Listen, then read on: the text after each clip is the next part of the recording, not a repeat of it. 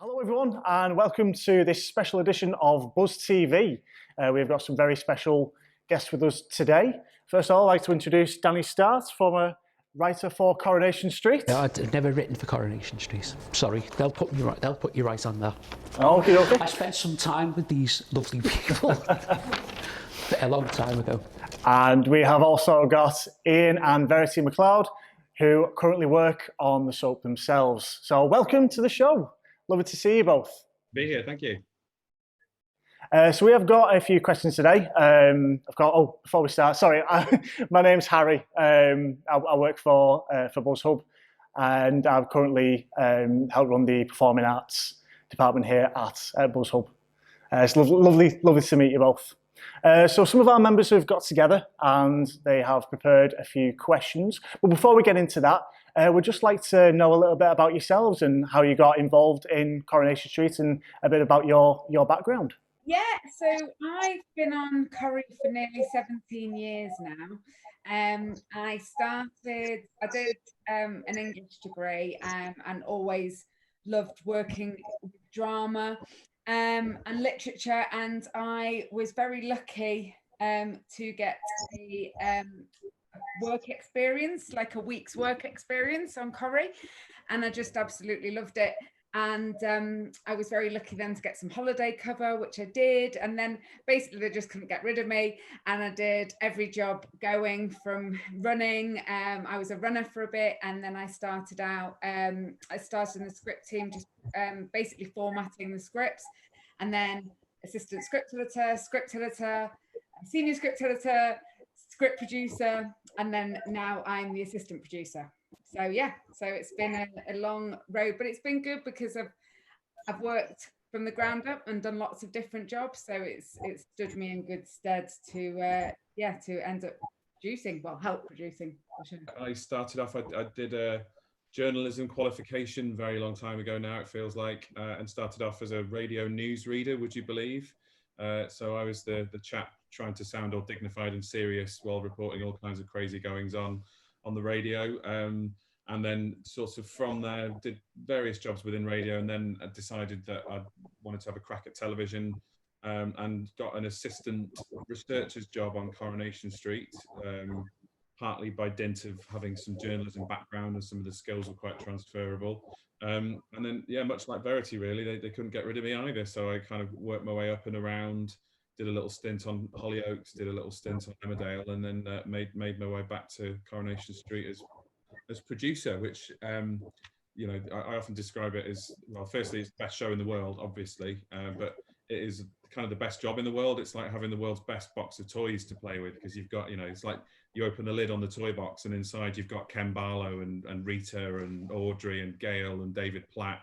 And then you just get to sit in a room with lots of creative people working out all the different inventive things you can come up with to do with them all. So it's about the TV's best toy box that we're in charge of. So yeah, it's a great gig. Brilliant. I love the metaphor about the toy box as well. That's really great. So Danny, over to you. Just want to tell us a little bit about how you three know each other, really. Oh, I won a prize a long time ago. I think it was a writing prize at a disability arts competition called Dada Fest, and part of the prize was to spend some time with yourselves in the script room for 3 weeks. It's quite a long time ago, and I've graded up a lot since then. But that's my contact with Iain and Verity. We follow each other on Facebook as everyone does, and that's how I came to ask, for this opportunity, and you kindly agreed to it. So we're grateful for that. Thank you. Absolutely. Now, again, Danny, I'm going to pass you over to yourself because we have got a few of our members together and they would like to ask you a few questions. So the first question is from Mr. Adam Garvey. Hi, Iain and Verity. My name is Adam. I would like to know who is your favourite character, past and present. This is a political minefield, so because I can't possibly name anyone that's still in the show, because next time I go to work, all the other ones that I didn't name are going to come up and go, oh really, so he's your favourite or she's your favourite. But so traditionally I try to pick somebody that's not in the show anymore. I mean, there's so many icons to choose from, aren't there, on Coronation Street? And I gave an answer recently because I was put on the spot in the same kind of way, and I think I'll stick with it really, which is I'm a big Jack Duckworth fan, I have to say. I mean, Bill Tarmy as an actor was brilliant. As a human being around the building was a really brilliant, salt of the earth, lovely professional guy.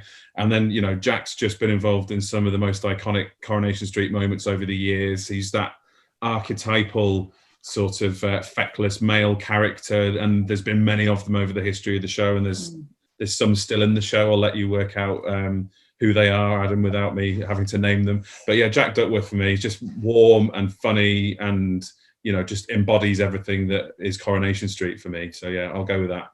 I'm gonna say Blanche, because I just thought she if you had Blanche in a scene, you just knew it was going to be comedy gold. And yeah, I just loved her. And yeah, so I would say Blanche. Yeah, I remember the scene in Alcoholics Anonymous where she went along with Peter and Ken and everything. That was hilarious. That was typical Blanche, speaks her mind, had me on the floor, laughing me head off. I was going to say something else, but family show. Lovely. Okie dokie. So the next question we've got is from our very own Everton fan, and it is, I don't know why, somebody has to support them. It is from our very own James Tickle. Hello, Iain and Verity. My name is James, and my question is this: what's been your favourite storyline and why? Well, James, that's again incredibly difficult. We've got 60 years of them to choose from, but I'm going to pick one that I was directly involved with, which was the tram crash for the 50th. I really enjoyed being part of the team that put that together. It was the first really, really big storyline that I was ever involved with on Coronation Street, so it would always have a place close to my heart. And also, some of the details in it were things that came directly out of my own imagination. So watching it go out is just really satisfying. It's one of the best things about working in this kind of job, is that you can have a crazy idea in the shower in the morning, and then you go in and you mention it to a few people and they like it, and then before you know it, it's on the television in some kind of enormous spectacular week of Coronation Street. So that week of episodes for the 50th will always have a special place in my affections. Just kind of like a snowball effect after thinking about it. So I'm a big one of my friends is Stephen Arnold, so I'm speaking to him after the show, so he'll be very happy that you've mentioned that one. You can point out to Stephen, for those who don't know, Steve Arnold played Ashley Peacock, who died in the 50th anniversary week. So I should just point out that wasn't my idea, you know, just because. But no, that wasn't me, that bit. But yeah, no, that was one of the saddest. Again, it was for me working on the show, one of the sort of biggest character exits that I'd seen, and you know, the death of Ashley was just huge. You know, he was a cracking actor and a cracking character, so it really counted for something when he died. I think the audience, a nation mourned when he died, sadly. But anyway, sorry, over to you. I think it goes back, but Ken, Mike, and Deirdre, that love triangle, I just think just gave the show so much material. And growing up watching that, I was just gripped. Yeah, so I thought, yeah, fantastic. I think.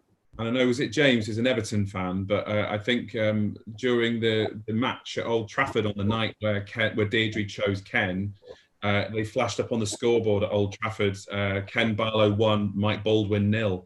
So even the football fans that were there watching the game, you know, were clearly desperate to know the outcome with Ken, Deirdre, and Mike. So that was a massive story. Yeah. Yeah. Oh, fantastic! Thank you very much. Thank you very much for that. Okay, moving on to our next question. Next one is from our very own Christine Leyland. Oh, Iain and Verity. My name is Christine. I'd like to ask you a question. If you could bring one character back to the street, who would it be?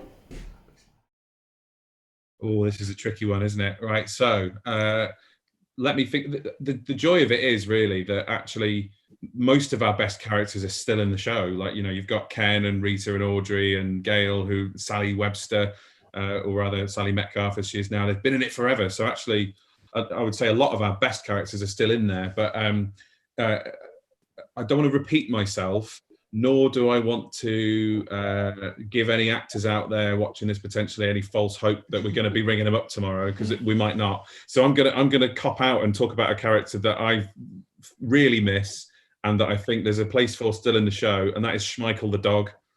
Because how on earth Chesney got over losing the love of his life, Schmeichel the dog, I will never know. But I sort of feel like we might not be able to resurrect him, but giving Chesney another massive Great Dane to run around next to him will just be a nice callback to the past. And it also means I don't have to offend any human actors by naming one and not another. But yeah, I mean, I really miss Blanche, to be honest with you. Verity mentioned Blanche and Maggie Hunt. Obviously, sadly, Maggie isn't with us anymore. But that's one character I think where there's nothing like her anywhere, and if we could have her back, I definitely would. You know, but saying that, Deirdre as well. I miss Deirdre an awful lot. I think there's those two, Blanche and Deirdre, yeah. And Deirdre, every time you go into that set, your heart breaks because she's no longer with Ken. But yeah. Yeah, Ken's never been. Yeah. I miss the Duckwits myself. I just think they were stars. Such a double act. Right. We've sort of preserved the house like it's a museum. Yeah. So when you go in there, it pretty much looks exactly like it did when Jack and Vera lived in it. And that's because we thought, firstly, Tyrone and Fizz wouldn't want to delete Jack and Vera's presence visually. They'd want it to still look like Jack and Vera's house. But also, we're both a pair of old softies. So every so often somebody will go, should we redecorate the Duckwoods house? Or should we redecorate, maybe number one, the Barlow's house? And we're always like, never! No, it's got to stay like that forever. I said and it broke my heart so many times working on that script. So, yeah. Brilliant. Okay, our next question is from quite possibly the biggest Corrie fan we've got here at BuzzHub CDP. It's from Georgia Hampton. Hi, my name is Georgia Hampton. I am the biggest fan of Coronation Street because I like Faye Windass and Craig Tinker from Coronation Street. I have a question for you, if you don't mind. This question is, which character from the different soap would you choose to be in Coronation Street?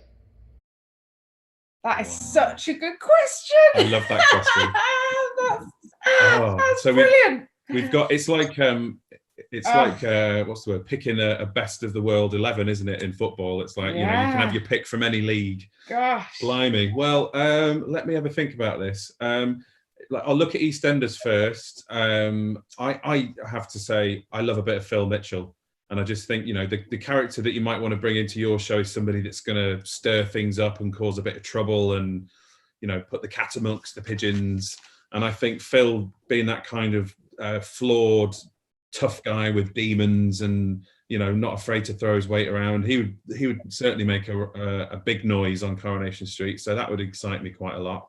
And then looking at Emmerdale, obviously I've worked on Emmerdale, so yeah, I'm on dangerous you are ground on dangerous ground because I might upset some people. But looking at it purely in terms of characters, I sort of feel like, who wouldn't want to watch a bit of a scrap between Tracy Barlow and Charity Dingle? So I'm looking over at the Woolpack and thinking, she's probably the regular that drinks in there that I'd like to teleport into the Rovers just to have a cat fight with Tracy Barlow. So I'd probably go with those two options if I had to choose. Who do you think could win? Who do you think could win in that situation? Obviously Tracy. I have to say that clearly, but obviously Tracy. You know, she did basically. Those of you with long memories will remember her hitting Charlie Stubbs over the head with a statue. So she's definitely not shy of a bit of violence, our Tracy. So yeah, but ultimately, whoever, I think we'd all be winners. The viewers would be the winner, wouldn't they? Because that would be a hell of a scene. Yeah. But yeah, what about you? It's your turn. I think you said it really. I don't know. I mean, yeah, there's been so many iconic characters in EastEnders, but Peggy Mitchell. If we can steal characters from the past, I think Peggy was brilliant, and I'd love her to have come into the Rovers and said, "Get out of my pub," but in the Rovers instead of the Queen Vic. So yeah, I'm going to say Peggy Mitchell. Excellent. Oh, great answers there. Thank you very much for such a tough question as well. That's brilliant. It'd be loads of fun to actually be able to do that, though, wouldn't it? I'm going to spend the rest of the night going through all the characters, going, "I'll have them, I'll have them, I'll have them." Picking your dream matchups. You might have a crossover soap there. EastEnders, Corrie, Mitchell across. Weirdly, I made a joke about that once. I was being interviewed, and somebody asked me by a newspaper, and somebody asked me a question like the one Georgia just asked. I sort of went off on a bit of a flight of fancy about, well, you could have these two could end up in a romance together, and I was only messing about. But then it made it into the paper as Corrie Boss floats soap crossover idea, and it turned into this massive newspaper story. And I was like, I was only joking, but suddenly I had people going, "Is this actually happening then?" I said, "No, it's not happening at all." But yeah, it'll be fun. Oh, excellent. Thank you very much. Okay, our next question is from our member Charlie Richardson. Hello, Iain and Verity. I would like to ask you a question. Who is your favourite landlord or landlady of Rovers Return? Do you want to go first this time? You're the boss. Only in work, obviously. Yeah, clearly. Yeah, you go. I'd say Bet Lynch. I was going to say the same thing. I just think she's sort of when I close my eyes and picture a Coronation Street landlady, it looks like Bet Lynch. She looks like Bet Lynch, I have to say. I mean, there's tons of good ones, and Annie Walker, obviously amazing. Liz McDonald, amazing. But yeah, Bet for me. I just think it's hard, but yeah. I think that kind of brassy, vulnerable, tough, complicated female is what Coronation Street has always done very well, but particularly with its landladies, and Bet is that to a T. So, and you can't look at Leopard Print without thinking Bet. No. That just shows what an icon she is. So. That's true. She was such a big character. You like whenever she was in the room, you knew she was there, kind of character. Absolutely not a Violet at all. Yeah. They were another double act, weren't they? Beth and Alec. Some of the moments there were just so funny. I love them too. Just in terms of that slightly odd, you'd sort of look at them separately and think that's not going to work, but they were just TV gold, weren't they? So yeah. Yeah. Okay, our next question is from Finley Small. Hello, my name is Finley. Now, I don't even watch the show because I'm probably not that type of guy that watches soap operas, but I suppose this might do anyway. Anyway, my question for Iain and Verity is this year. How difficult is it for all this writing and filming during the pandemic? So, yeah, that's it. So I can't say he's the biggest fan, but he asked the question all the same. Finley, I can't fault your honesty. First thing to say, in terms of how difficult it's been, the short answer is it's been very difficult. The slightly longer answer is, we had to rethink everything that we did. If you think about what we have in any drama, I know you're not a Coronation Street viewer, but in any drama, you have certain things that you expect to see. You expect to see people kissing or fighting or hugging each other, or even just handing something to somebody else. And essentially all of that became impossible overnight because nobody could go closer than 2 meters from anybody else, both on camera and off camera. So, none of the camera operators can go less than 2 meters from each other. The makeup artists can't come in and apply the actor's makeup because that's less than 2 meters. So basically every single thing we do had to be rethought, and we had to come up with a completely new way of doing it. So it was tough, actually. And there were times where, if I'm honest, you sort of wondered, is it still possible to make this show? But because we've got such a great team and a lot of very dedicated people that love the show as much as we do and our viewers do, there was a real desire to make this work and to keep the show going. And we did it, as a team of people, we pulled it off, and I still think produced a lot of incredibly good television. So it was tough, but in a weird way, it was kind of rewarding to keep the show on the road. It was a hell of an achievement on the part of everybody that we work with. So yeah, really hard, but yeah, we've done it, I think. yeah, so far, fingers crossed. What was it like conference-wise during that period? Difficult, yeah. Danny's referring to story conferences, which is a big meeting we do once a month, where we would, once upon a time, we'd get all of our writers and our storyline writers and other people in a room together around a big table, and we'd talk about what stories we wanted to tell next over the next month, 6 months or so. And of course, now we can't all get in a room together, so we have to do it like this on a Zoom call. And it's tricky, if you imagine, writers are very passionate, creative people, and they're also not very good with technology historically.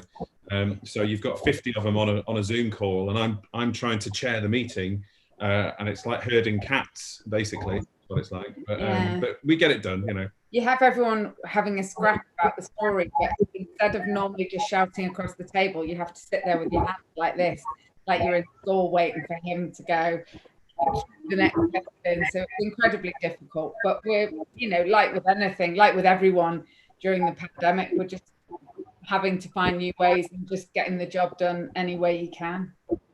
So how's it worked in terms of putting the storyboards together as well? Because obviously Coronation Street is a multicam shoot, so how has that been affected in terms of the camera angles and having to keep the distance? It has had quite a profound impact. The first thing that we had to do was move from using 3 cameras to only 2 cameras. To have 3 cameras in studio meant there were too many people in there, so they couldn't remain 2 meters apart. So that's hard. And also, we took the decision quite early on that we were not going to allow the cameras to move onto the set. So normally, if you think about filming in The Rover's Return, you've got people at the bar, and you've got people at the little table up by the toilets, and there's people in the booths and all that. And normally you get the cameras in and around them, and up behind the bar and in the booths and all the rest of it. But we took the view that we should just treat the set as a safe space for the actors, and would keep the cameras off set to minimise the risk of people getting too close. So all the camera angles had to change, and we had to line the cameras up at the front of the set outside the 4th wall.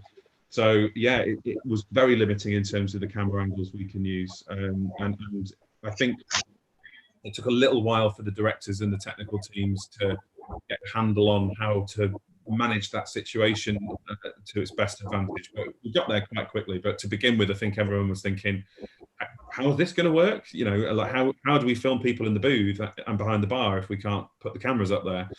So it was odd, to put it mildly. Great, thank you very much. Okie dokie. So our next question is from Callum. Hello, my name is Callum. How stressful was the move to Media City?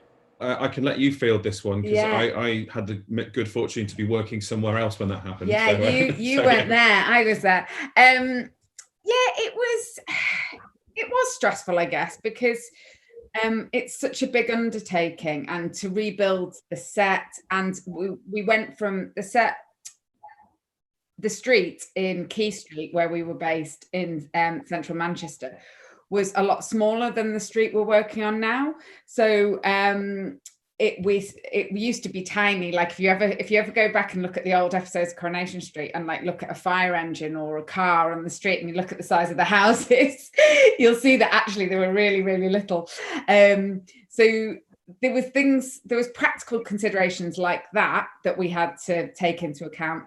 It was just a huge undertaking, but it was also incredibly exciting because it just meant that we could, like say, make things bigger and do things, but it was also, you got a chance to kind of reset a little bit. And the offices were incredibly, I loved Key Street, I loved it, but the wind used to blow through the windows, and it was, there were things that were falling apart. So it was great to have brand new bespoke made offices. Being by the water was amazing, but yeah, it had a lot of challenges, and yeah, for the design team and everyone, it was really tough, because to have to recreate exactly what we had just on a bigger scale was really difficult. They had to get reclaimed cobbles, and we had to make it look, the shoot-offs and everything, you have to make it look like exactly like it was at Key Street. So yeah, it was, I'm sure for a lot of people it was really stressful, but for a lot of us it was quite exciting.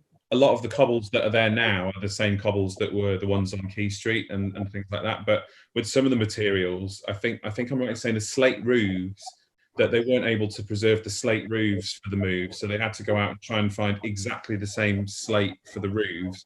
And it turns out that you can't get it in the UK anymore. And I think they had to essentially send somebody to China to go and get the right type of slate to make it match visually. And so there was a lot of thought went into making the details match. There's even on one of the front windowsills, there's a bit of carved graffiti that was done by Dennis Tanner in 1951, which was obviously before the show was on air, but that was on the windowsill of one of the houses at Key Street, and the design team had to painstakingly recreate the graffiti on the windowsill, and there was a lot of attention to detail went into it. So yeah, they were incredible. Yeah, I wasn't there, but I can imagine it was quite stressful. Yeah. Matt, who's a very talented cameraman at the moment, was interested in how the new houses were set up. Are they actual houses or just a facade, and do people actually walk into a house? They're more usable houses now than they used to be. Like on Key Street, they were kind of facades with some storage behind them, really. Whereas now, just to allow us to film more easily, we've built like some of the front bit of the house. So when you open the front door on Kevin's house, for example, you can now see through past the staircase through to the kitchen and the back door if all the doors are open. So that what you'll find on the show now is if Kevin's standing on his front doorstep having a chinwag with Tyrone, the camera can point all the way through the door and it looks like a real house. On Key Street, where we used to be, you'd notice whenever anyone was chatting on their front doorstep, they'd probably have the door pulled to behind them, because if you opened it, you'd see that inside was like a cupboard full of tins of paint and like broom handles and stuff. So they're not real usable houses inside particularly, but the downstairs and the bits nearest the front door look like normal houses. But yeah, it's a bit like the Lion, the Witch and the Wardrobe sometimes, because you used to kind of open the door to the bistro, for example, on Key Street and go in, and it would be the cast green room. So you'd expect it to be a restaurant, and you open the door and go in, and it's just loads of actors sitting in chairs drinking coffee. And you're like, oh, I'm sorry, so it can be a bit surreal. But yeah, these days the inside of the houses look a bit more like houses than they used to. Brilliant. Okay, our next question is from another one of our resident Corrie fans, and unlike Finlay, she is actually a big fan. It is from Melissa Cannon. Hello, my name is Melissa, and my question is, how do you see Coronation Street evolving in the next 10 years? I love Corrie, I've grown up watching it, and my favourite character is Evelyn because she brings all the humour and she doesn't let anyone get in her way. Evelyn's a good choice of character, by the way. Yeah, I can agree with you there. How will it evolve? That is a very good question. I mean, what Coronation Street's always done very well is, perhaps not right from the outset, but it reflects real world events and tries, albeit in a heightened way, to reflect what's going on outside your front window.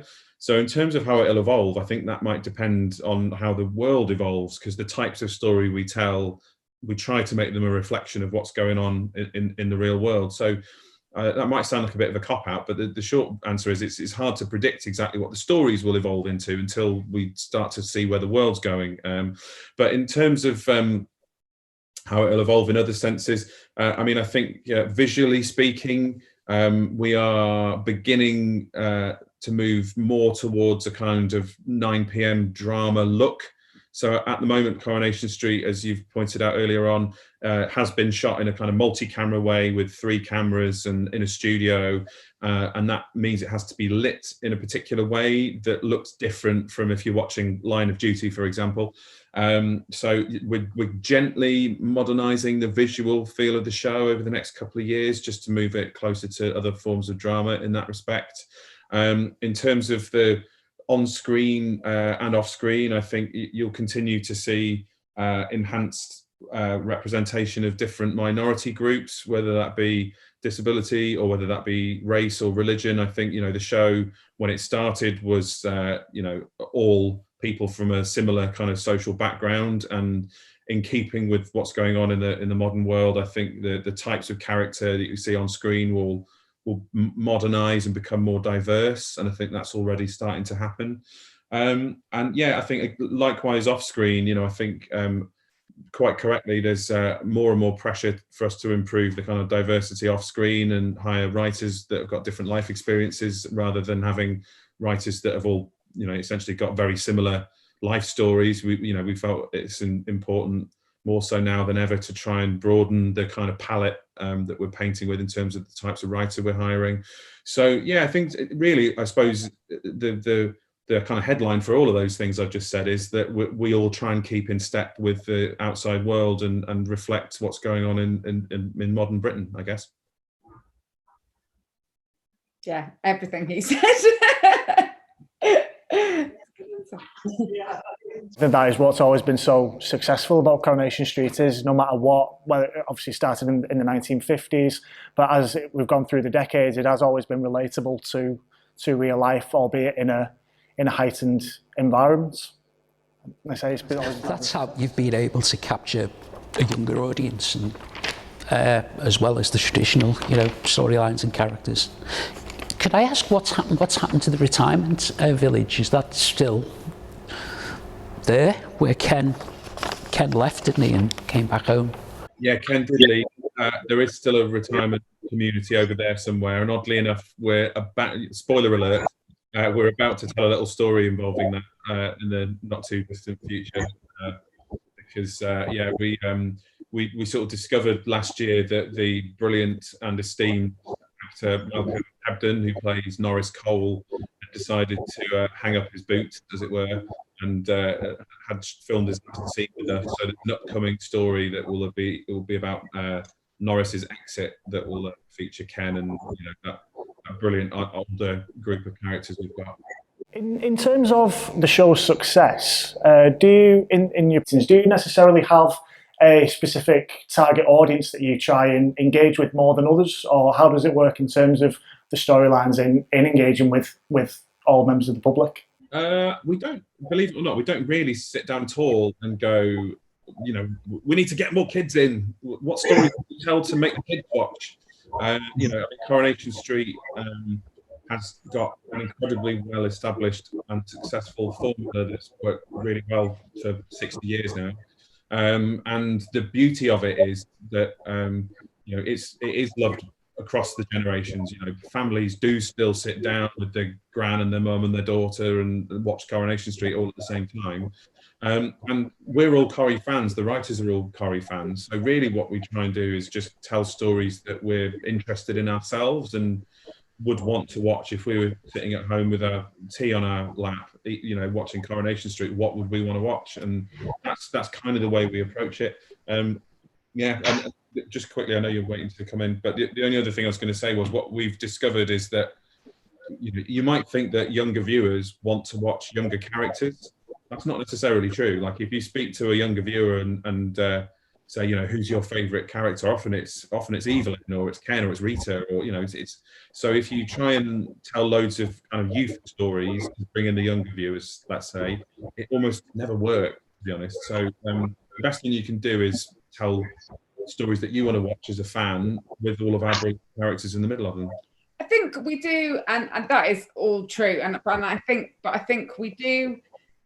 We take our responsibility, our storytelling, and the responsibilities that go with that quite seriously. So we do try and make sure we're putting out the right messages. And if we are telling stories that are quite hard hitting, or we think, you know, younger viewers are maybe in this situation, like we told a story where one of our characters ended up having a picture sent around on social media, and we want to tell responsible stories where families can sit down and discuss it. And the best part of the job for me is when we get feedback that if we've told a story, like when we did David's rape or Aidan's suicide, or you know, all those kind of stories, when you get back from the viewers, or you get feedback from charities saying, you know, or with Yasmin and Jeff recently in the Coercive Control, like Women's Aid was saying, the actual number of calls of people who were in these situations who have watched the show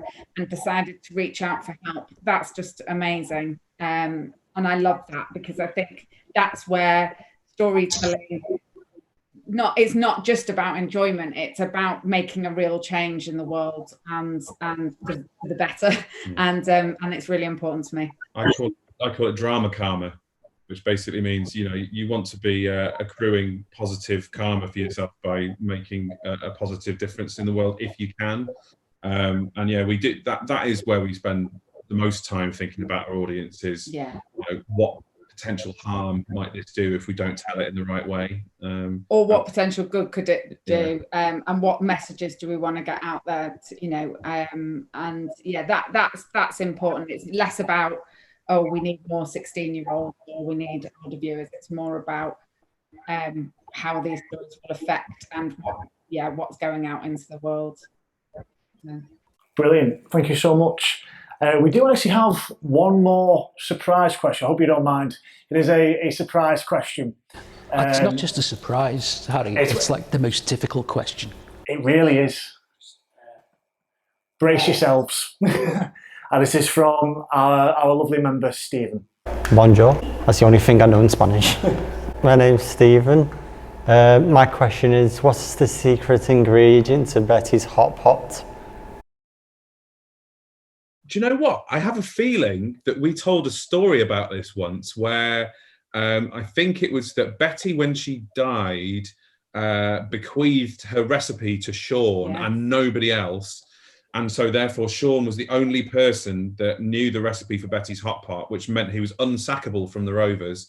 And then he did get sacked for some reason and nobody knew how to make the hot pot. So then everyone was going into a state of panic, trying to work out what, you know, it doesn't taste right. You know, I swear I've watched Betty make it, but it doesn't taste like it used to do when she made it. And I think it turned out the secret ingredient was wine, but I might be wrong. That sounds about right. I think it was something like wine or a stock cube or something like that. But we did actually tell a story about it, and embarrassingly, I cannot remember what the secret ingredient was now. I can't either. But yeah, I was going to say you'd have to ask Sean.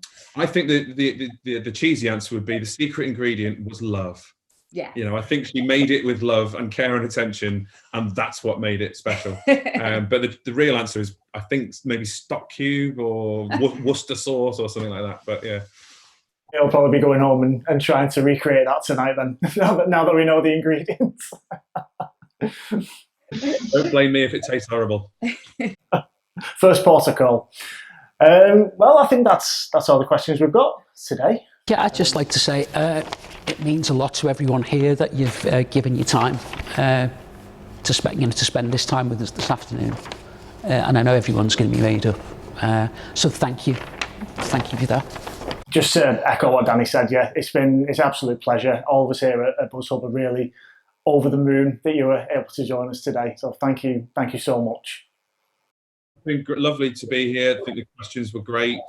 A lot of them have got a future as interrogative political journalists, I think, because a few of them made me sweat a bit, I must be honest, when it was like, who's your favourite character? And I was like, oh no, I'm in trouble now. But yeah, so it's been a real pleasure. Thank you for having us. Yeah, it's been really fun. I've really enjoyed it. Thank you. Cheers. Okay, I think that's all we've got time for today, isn't it? So honestly, yes, Matthew, do you want to come round from behind the camera onto camera? This is, do you want to duck down a bit, mate? This is Matthew Pickavance. He's been our cameraman. Hi. Hello, how do you do? Fantastic question before as well about the cobbles. Oh, brilliant. Yeah, I know. Thanks very much, guys. All right. Absolutely. Glad, really nice to be here. And yeah, let us know if you need any further assistance with anything. Thank you so much. Cheers. Good to see you as well, Danny. Bye. Bye-bye.